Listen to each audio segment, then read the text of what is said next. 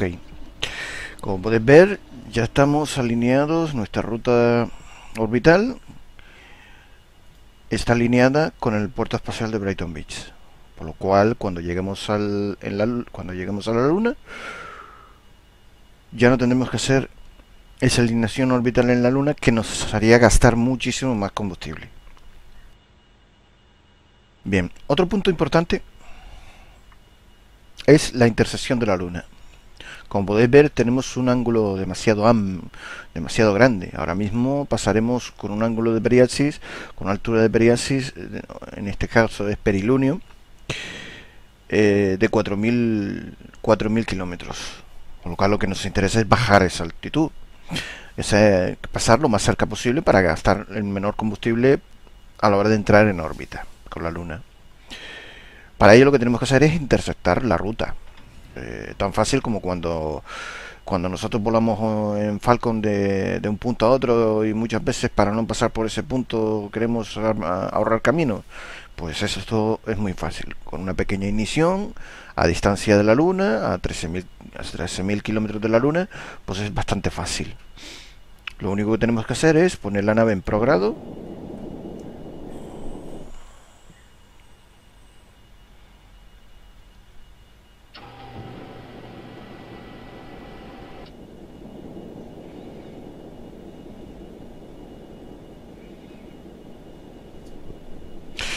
Y vemos que nuestra ruta orbital es bastante más alejada, se nos va bastante más hacia la derecha, por lo cual lo que tenemos que hacer es intersectarla como unos 40 o 50 grados a la izquierda, para así cortar camino. Y veréis que la gráfica de la órbita del lunar pues se acercará lo más posible a la Luna. En este caso lo que haremos es que el perilunio lo vamos a bajar a unos 300 kilómetros de altitud. Y de 300, una vez en el perilunio, una vez lleguemos al perilunio, bajaremos el apolunio, lo bajaremos a 30 kilómetros. Y así sucesivamente hasta quedarnos a una altitud orbital de 30 kilómetros, ya que la Luna no tiene órbita, no tiene atmósfera. ¿De acuerdo?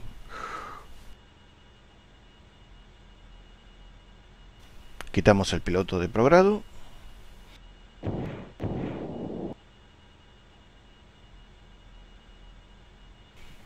Y giramos la nave unos 50 grados para interceptar la Luna. Le damos al Key Rotation, botón 5 en el teclado numérico, que es para eliminar todo movimiento. Se usa bastante en el espacio, ya que el movimiento, pues, al ser perpetuo, no va a tener resistencia, pues tenemos que estar contrarrestándolo con otro movimiento, y el Key Rotation nos ayuda mucho a ello. Bien, vamos a hacer una ignición y veréis como el perilunio irá disminuyendo la altitud. No lo bajéis demasiado, entre 150 y 300 kilómetros. Yo lo voy a dejar en 300 kilómetros por seguridad. La velocidad aproximada orbital de la Luna es unos 1600 kilómetros por segundo. 1600 metros por segundo.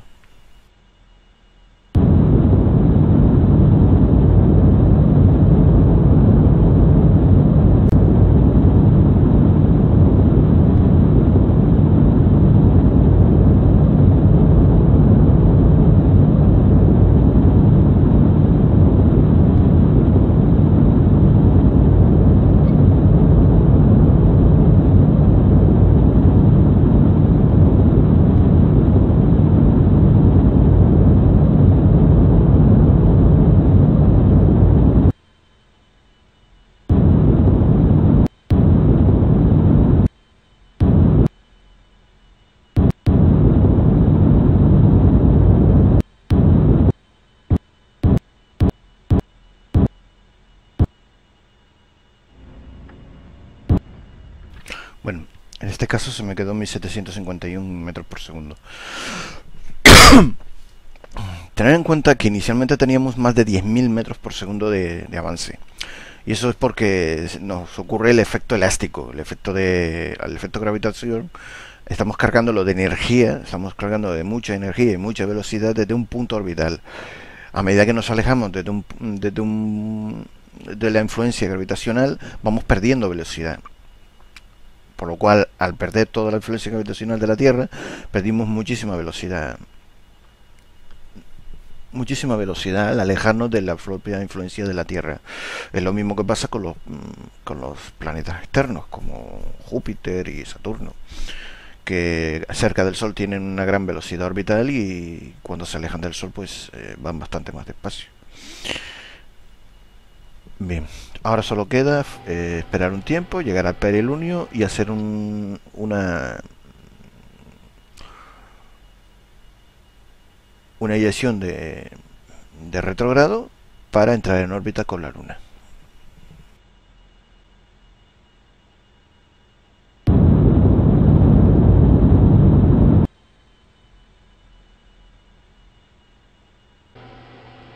Ok, ya tenemos un apelunio de 30 kilómetros de altitud, un perilunio, perdón, de 30 kilómetros de altitud y un apolunio de 360. Ahora lo único que tenemos que hacer es llegar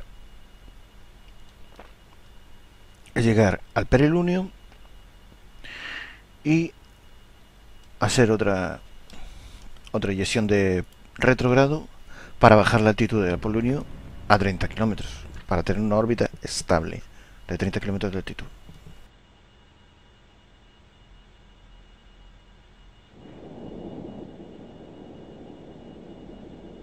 Ok, eh, nos quedan 88 segundos aproximadamente para hacer una ignición de retrogrado para conseguir una excentricidad lo más cercana posible a cero. Y así tener una órbita perfecta de 30 kilómetros de altitud con respecto a la Luna.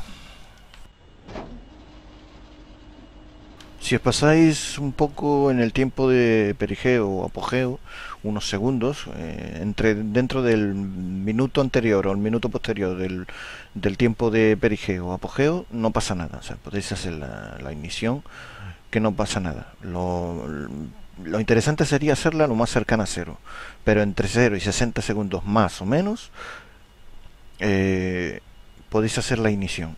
En este caso yo me pasé unos 30 segundos, pero no pasa nada porque estamos dentro del radio del minuto al perigeo.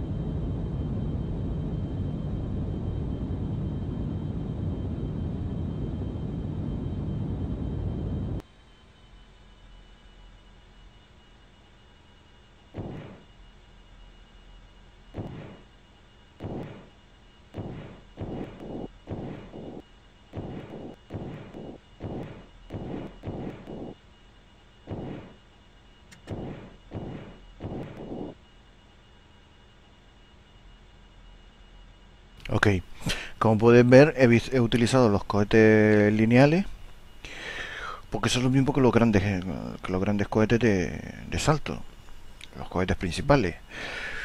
Pero con ellos podemos hacer pequeños ajustes para conseguir para conseguir una excentricidad lo más cercana posible a cero. En este caso no consigo más de 0,5, pero es una excentricidad bastante aceptable. Y ver la gráfica de la órbita de la Luna es bastante aceptable. Como podéis ver, estamos a 30 kilómetros de altitud de la Luna. Aquí tenéis una vista externa de la Luna y tenéis la Tierra a 375.000 kilómetros de distancia.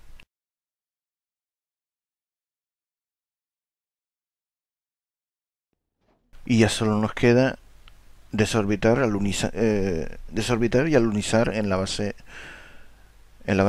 espacial de Brighton Beach.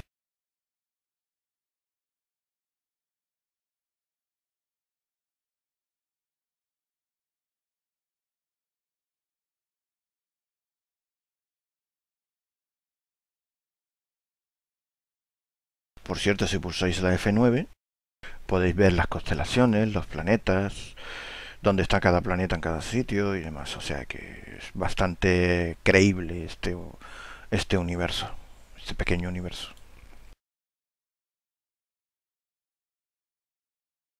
Y incluso podemos distinguir las diferentes constelaciones.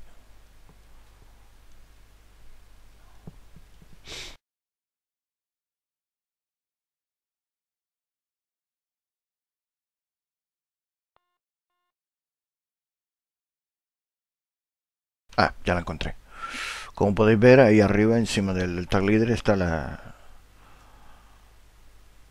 ahí está la constelación de Orión. Y a su derecha está la estrella de Barán. Y si miráis un poquito más arriba, ahí veréis el cúmulo de Pléyades.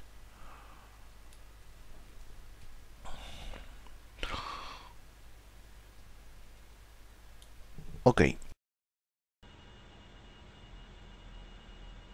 Bien, volviendo al vuelo, lo que nos queda es alunizar en Brighton Beach. Para ello, tenemos que hacer una desorbitación, utilizando la misma técnica del retrogrado, que es perder altura. En este caso, no nos hace falta hacer un retrogrado demasiado largo, de demasiada distancia, ya que en la Luna no hay órbita. Por lo cual vamos a hacer un retrogrado a unos 150 kilómetros de Brighton Beach. A 300 kilómetros aceleraremos el tiempo hasta 300 kilómetros, en el cual nos colocaremos en retrogrado y nos alinearemos con el horizonte de la Luna, para que cuando empiece el retrogrado ya estemos perfectamente alineados y empecemos a poder usar los motores de hover, como arriba lo pone el indicador, hover engine. Empezaréis a ver que necesitaré usarlo. A unos 150 kilómetros de distancia tenemos que cambiar el MFD izquierdo de este mapa al MFD de superficie. Aquí lo tenéis. Hay que entender una serie de reglas muy importantes. Hay una regla importante que es para seguir el orden de caída, para hacer una caída lo más pilotina posible.